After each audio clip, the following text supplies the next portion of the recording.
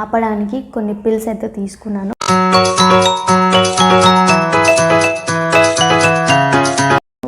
యాక్చువల్గా ఎవరైతే ప్రెగ్నెంట్ అవ్వకూడదు అనుకుంటున్నారో వాళ్ళు తొందరగా ప్రెగ్నెంట్ అవుతున్నారు. ఎవరైతే ప్రెగ్నెన్సీ కావాలి అనుకుంటున్నారో వాళ్ళు ప్రాబ్లమ్స్ ఫేస్ చేస్తున్నారు. చాలా ధైర్యం చేసి ఈ వీడియో అయితే షూట్ చేస్తున్నాను. సో నా పేరు Meena, this is my channel Meena nature. So first tip వచ్చేసి first signs behind the pregnancy చూద్దాం. మనం అసలు సైన్స్ ఏంటి ప్రెగ్నెంట్ అవ్వడానికి అనేది చూద్దాం. ఒక ఎగ్ ఒక స్పర్మ్ కలిసినప్పుడు అది ఫర్టైల్ అయ్యి ఎంబ్రియోగా ఏర్పడుతుంది. ఈ ఎంబ్రియో డెవలప్ అయ్యి బేబీగా గ్రో అవుతుంది అనమాట. హెల్తీగా ఉన్న కపుల్స్ ప్రెగ్నెంట్ అవ్వడానికి 20 to 25% ఛాన్సెస్ మాత్రమే ఉంటాయి. అది చాలా నార్మల్ అనమాట. కొన్ని రీసెర్చ్ల ప్రకారం తెలిసింది చాలా నార్మల్. అండ్ కొంతమంది కపుల్స్కి 6 నుంచి 12 నెలలు పడుతుంది అనమాట ప్రెగ్నెంట్ అవ్వడానికి. అది కూడా నార్మల్. సో ఉమెన్స్కి 30 years లోపు ప్రెగ్నెంట్ అవ్వడానికి 20 to 25% మాత్రమే ఛాన్స్ ఉంటుంది. సో ఏజ్ పెరిగే కొద్దీ అది ఆ ఛాన్సెస్ అనేవి తగ్గుకుంటూ 40 years వచ్చేసరికి 5% వరకు వస్తుందన్నమాట. సో ప్రతి ఒక్క ఉమెన్ ఏంటంటే మన మెన్స్ట్రువల్ సైకిల్ గురించి మనకి ఒక అవగాహన ఉండాలన్నమాట. ప్రతి ఒక్కరికి, ప్రతి ఉమెన్కి ఎవరైతే ప్రెగ్నెంట్ అవ్వాలనుకుంటున్నారో. సో ఒకవేళ మనకి మెన్స్ట్రువల్ సైకిల్ అంటే 28 daysకి ఉందనుకోండి, అంటే 14th day అంటే ఆఫ్ అనమాట. 28లో ఆఫ్ 14 కాబట్టి so 14th day is our ovulation day. Ovulation day ఏంటంటే ఒక ఎగ్ అనేది మన ఓవరీలో నుంచి ఫెలోపియన్ ట్యూబ్లోకి వచ్చి ఉంటుందన్నమాట. అది మెచ్యూర్డ్ ఎగ్, అంటే అది కంప్లీట్గా ఎగ్, హెల్తీగా ఉన్న ఎగ్ అనమాట. ఈ ఎగ్ ఉమెన్ బాడీలో 48 hours వరకు యాక్టివ్గా హెల్తీగా ఉంటుంది. ఆ టైంలో అంటే ఈ ఓవల్యూషన్ ఎగ్ ఎప్పుడైతే రిలీజ్ అవుతుందో ఆ ఎగ్ రిలీజ్ అయ్యే డేని మనం ఓవల్యూషన్ డే అంటాం కదా. సో ఈ ఓవల్యూషన్ డేకి 2 days ముందు అండ్ 2 days తర్వాత ఇంటర్కోర్స్ జరిగితే కనుక ఆ టైంలో స్పర్మ్ వెళ్ళి ఎగ్ని కలిస్తే కనుక ఎక్కువ ఛాన్సెస్ ఉంటాయి ప్రెగ్నెంట్ అవ్వడానికి. ఈ స్పర్మ్ కూడా హ్యూమన్ బాడీలో 48 hours వరకు యాక్టివ్గా ఉంటుంది. సెకండ్ పాయింట్ వచ్చేసి ప్రిపేర్ యువర్ బాడీ. సో మనం మన బాడీని ప్రిపేర్ చేసుకోవాలి కన్సీవ్ అవ్వడానికి. మెయిన్గా ఉమెన్స్ కానీ మెన్స్ కానీ సో బాడీని ప్రిపేర్ చేసుకోవాలి. అది ఎలా? ఫస్ట్ వన్ వచ్చేసి డైట్ అనేది చాలా చాలా చాలా ఇంపార్టెంట్. ఫ్రెష్ ఫ్రూట్స్ తినాలి, ఫ్రెష్ వెజిటేబుల్స్ తినాలి, ఇంకా ఫిష్, చికెన్, ఎగ్, మటన్ ఇలాంటి healthy food, full vitamins, minerals ఎక్కువగా ఉన్న ఫుడ్ అనేది తీసుకోవాలి. ఇంకా మొలకలు ఇవన్నీ తీసుకోవాలన్నమాట. ఇవన్నీ తీసుకోవడం వల్ల మన ఫిజికల్ హెల్త్ అనేది చాలా స్ట్రాంగ్గా ఉంటుంది. దీంట్లో సెకండ్ పాయింట్ మెయింటైన్ వెయిట్ అనేది కరెక్ట్గా ఐడియల్గా మనం మెయింటైన్ చేసుకోవాలి. ఒకవేళ వెయిట్ ఇంక్రీజ్ అయితే కనుక, అంటే వెయిట్ ఎక్కువ అయితే కనుక వాళ్ళకి హార్మోన్స్ ఇంబ్యాలెన్స్ అవుతాయి అండ్ థైరాయిడ్ ఎక్కువ వచ్చే ఛాన్సెస్ ఉంటాయన్నమాట.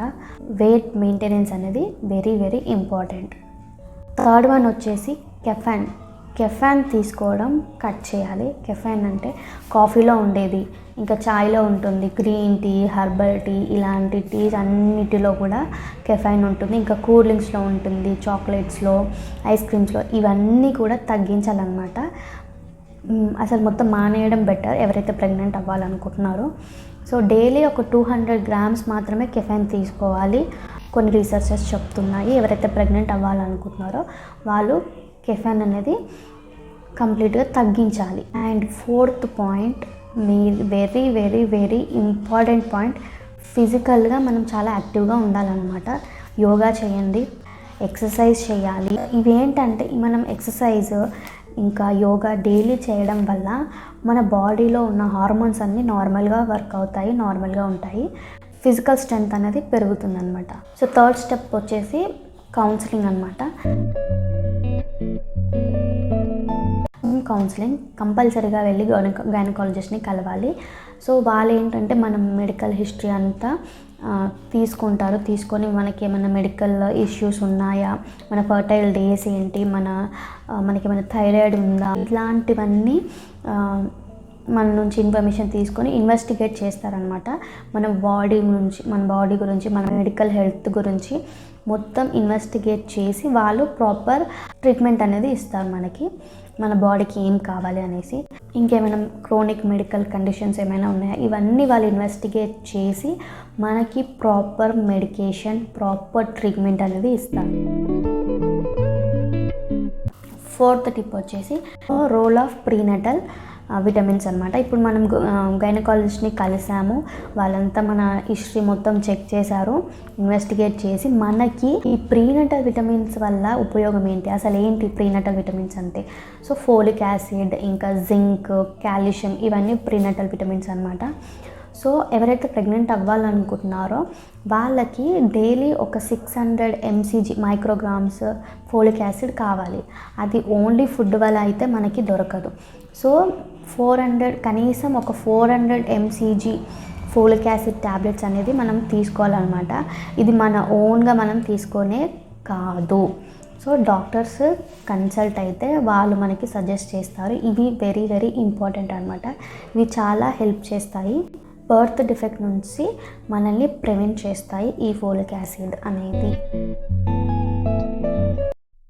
5th టిప్ వచ్చేసి స్ట్రెస్ అనేది కూడా మనం ప్రెగ్నెంట్ అవ్వడానికి ఛాన్సెస్ని డిక్రీజ్ చేస్తుంది. ఎస్, ఒక 1 year దాటితే చాలు ఆడవాళ్ళందరికీ ఇంకేంటి 1 year అయింది ప్రెగ్నెంట్ అవ్వలేదా, ఏమైంది చూపించుకోండి, ఇవన్నీ క్వశ్చన్స్ వస్తాయి. సో ఇవన్నీ, ఈ చెత్త మొత్తం ఏది పట్టించుకోవద్దు. మీరు చెత్త పట్టించుకొని అస్సలు స్ట్రెస్ ఫీల్ అవ్వద్దు. స్ట్రెస్ కూడా చాలా ఇంపార్టెంట్ రోల్ ప్లే చేస్తుంది ప్రెగ్నెంట్ అవ్వడానికి. అసలు మీరు స్ట్రెస్ అవ్వద్దు. మీ బాడీని మీరు నమ్మండి, ఇంకా మీరు ఎడ్యుకేట్ అవ్వండి ప్రెగ్నెన్సీ గురించి కానీ, మీ మెన్స్ట్రువల్ డేస్ గురించి, ఫర్టిలైజేషన్ అంటే ఏంటి, వీటన్నిటి గురించి ఎడ్యుకేట్ అవ్వండి, నేర్చుకోండి. మీ మెన్స్ట్రువల్ సైకిల్ ఏంటి, మెన్స్ట్రువల్ సైకిల్ కరెక్ట్గా ఉండాలంటే ఏం చేయాలి అనేది, ఇవన్నీ మీరు తెలుసుకోండి. ఇంకా రిలాక్సేషన్ టెక్నిక్స్ అనేది ఫాలో అవ్వండి. సో ఇవన్నీ ఫాలో అయ్యి ఇంకా స్ట్రెస్ని తగ్గించుకోవాలన్నమాట. స్ట్రెస్ వల్ల మన ఫర్టిలిటీ ఛాన్సెస్ అనేవి చాలా తగ్గుతాయి. కంపల్సరీ అని చెప్పను, కాకపోతే తగ్గుతుందన్నమాట. ఇది మన మెంటల్ హెల్త్ అనేది బాడీ పైన ఎఫెక్ట్ చూపిస్తుంది. సో ఇప్పుడు మనం మైండ్ స్ట్రెస్గా ఉన్నామనుకో, నిద్ర పడుతుందా అంటే పట్టదు. సో బాడీకి ఫుడ్ ఎలాగో మనకు నిద్ర కూడా అలాగే అనమాట. సో మనం కరెక్ట్గా డైలీ 7 to 9 hours అనేది స్లీప్ అనేది కంపల్సరీ ఇంపార్టెంట్ ప్రతి హ్యూమన్ బాడీకి. సో మీరు సరిగా నిద్రపోకపోతే మీ బాడీ ఎలా వర్క్ అవుతుంది. సో స్ట్రెస్ అనేది స్లీప్ పైన ఎఫెక్ట్ పడుతుంది కాబట్టి సో స్ట్రెస్ తగ్గించుకోండి, రిలాక్సేషన్ వీడియోస్ చూడండి, రిలాక్సేషన్ టెక్నిక్స్ ఫాలో అవ్వండి. చాలామందికి మనకి స్ట్రెస్గా ఫీల్ అయినప్పుడు, బాధగా ఫీల్ అయినప్పుడు ఒక పర్సన్ ఉంటారు మాట్లాడడానికి. సో వాళ్ళతో మాట్లాడండి, నేచర్కి దగ్గర అవ్వండి. సో వీటి వల్ల మీరు స్ట్రెస్ని చాలా తగ్గించుకోవచ్చు. సో అసలు స్ట్రెస్ అవ్వదు, ఈ చెత్త అనేది పట్టించుకోవద్దు, ఇంకెప్పుడు అనే చెత్త వాగుడు అనేది పట్టించుకోవద్దు. Trust your body, trust your partner. And మీ మెడికేషన్ గురించి మీరు ఎడ్యుకేట్ అవ్వండి, తెలుసుకోండి, కండిషన్లో పెట్టుకోండి. మీరు కంట్రోల్లో పెట్టుకోండి అనమాట మీ బాడీని, మీ మైండ్ని. సో ఇది చాలా ఇంపార్టెంట్ రోల్ ప్లే చేస్తుంది. సో ఇవన్నీ కూడా కొన్ని రీసెర్చర్స్ చెప్తున్న టిప్స్ అనమాట, న్యాచురల్గా ఈజీగా ప్రెగ్నెంట్ అవ్వడానికి. సో నా పర్సనల్ ఎక్స్పీరియన్స్ ఏందో నేను ఇప్పుడు మీతో షేర్ చేసుకుంటాను. సో నేనైతే ఇప్పుడు ఫస్ట్ నా ప్రెగ్నెన్సీ అప్పుడైతే నేను ప్లాన్ చేయలేదన్నమాట. నా ప్రెగ్నెన్సీ మేమేం ప్లాన్ చేయలేదు, అది వచ్చేసింది న్యాచురల్గా. కాకపోతే నాకు ఒక భయం ఉండే, ఏంటంటే కరెక్ట్ నా పెళ్ళి రోజుకి నాకు పీరియడ్ డేట్ ఉందన్నమాట. నాకు అది చాలా భయమైంది. అంటే నాకు అప్పట్లో 30 daysకి ఒకసారి ఉండేదన్నమాట. So 30 days before my marriage నాకు పీరియడ్ డేట్ వచ్చింది. సో నాకు చాలా భయం అనిపించింది. ముందే నాకు అప్పుడు అసలు తెలుసు కదా పీరియడ్ డేస్లో ఎలా ఉంటుందో. సో నేనేంటంటే దాన్ని ఆపడానికి కొన్ని పిల్స్ అయితే తీసుకున్నాను. 1 pill తీసుకున్నాను బిఫోర్ మై మ్యారేజ్. సో ఆ పిల్స్ వాడడం వల్ల కొన్ని సైడ్ ఎఫెక్ట్స్ ఉంటాయని తెలుసు. సో దానివల్ల నాకు చాలా భయం వేసింది అనమాట, ఏమవుతుందో ఏంటో అని. అండ్ పెళ్ళి తర్వాత సత్యనారాయణ వ్రతం చేసామన్నమాట ఎర్రగుట్టలో. బిఫోర్ 1 week, మ్యారేజ్ తర్వాత 1 weekలో చేసాము. సో అప్పుడు కూడా ఒక పిల్ వేసుకున్నాను. సో టూ పిల్స్ అయితే వేసుకున్నాను. నాకు చాలా భయం వేసింది అనమాట, ఈ పిల్స్ వల్ల ఏం సైడ్ ఎఫెక్ట్స్ వస్తాయో ఏంటో, ఒకవేళ ఇలా తొందరగా ప్రెగ్నెన్సీ రాకపోతే వీళ్ళు ఏమనుకుంటారని చాలా భయం వేసింది. సో బై గాడ్ గ్రేస్ నాకైతే తొందరగానే ప్రెగ్నెన్సీ వచ్చింది. నేను ఇవన్నీ నాకు అప్పుడు అవన్నీ ఏం తెలీదు. సో న్యాచురల్గా వచ్చింది. ఇంకా చాలా ఫేస్ చేశాను ప్రాబ్లమ్స్. ప్రెగ్నెన్సీలో ఎర్లీ ప్రెగ్నెన్సీలో మనకు వచ్చే ప్రాబ్లమ్స్ ఇవన్నీ చాలా ఉంటాయి.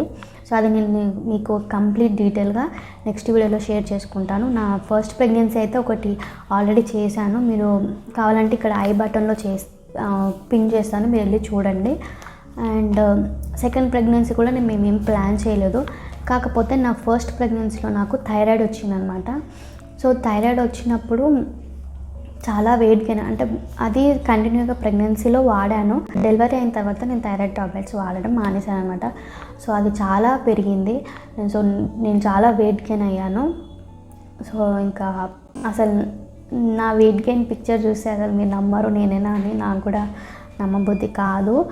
సో నేను అప్పుడు చాలా బాధపడ్డాను అనమాట. చాలామంది కొంతమంది లావైన అనడము, నన్ను కంపేర్ చేసుకోవడము నాకన్నా లావు ఉందని చెప్పేసి, ఇంకా ఇలాంటివన్నీ జరిగినాయి అనమాట. సో నేను డెలివరీ తర్వాత ఎలా వెయిట్ లాస్ అవ్వాలి అనేది కూడా ఒక వీడియో చేస్తాను. మీకు ఆ వీడియో కావాలంటే నాకు కామెంట్స్లో చెప్పండి, ఖచ్చితంగా చేస్తాను. సో నా సెకండ్ ప్రెగ్నెన్సీ టైంలో ఏంటంటే నేను చాలా మంచిగా వెయిట్ లాస్ అయ్యాను, మంచిగా ఉన్నాను, వెయిట్ మంచిగానే ఉంది. ఆ టైంలో నాకు ఏంటంటే 28 days పీరియడ్ సైకిల్ ఉండే అనమాట. సో ఖచ్చితంగా నిజంగా ఉండే. ఇది ఎలా జరిగింది 28 days పీరియడ్ సైకిల్ అనేది, దానికి ముందు నేను ఏం చేశానంటే వెయిట్ లాస్ అవ్వడానికి చాలా చేశాను. సో అవి నేను నెక్స్ట్ వీడియోలో చూపిస్తాను, మీకు చెప్తాను. సో 28 days పీరియడ్ సైకిల్ అయితే ఉండే. సో అలా సెకండ్ ప్రెగ్నెన్సీ అయితే నాకు వచ్చింది. నేనైతే ఎక్సర్సైజెస్ చేశాను, అది మీకు నెక్స్ట్ వీడియోలో షేర్ చేసుకుంటాను. హోప్ మీకు అందరికీ ఈ వీడియో నచ్చుతుంది అనుకుంటున్నాను. నాకు తెలిసిన ఇన్ఫర్మేషన్ నేను రీసెర్చ్ చేసి మరి హెల్ప్ అవుతుంది కదా చెప్తే అనేసి నేను మీకు ఈ వీడియో చేశాను. సో ప్లీజ్ ఈ వీడియో లైక్ చేయండి, మీకు కనుక నచ్చితే షేర్ చేయండి. ఫైనల్గా don't forget to subscribe to my channel Meena nature. Thank you. Bye bye.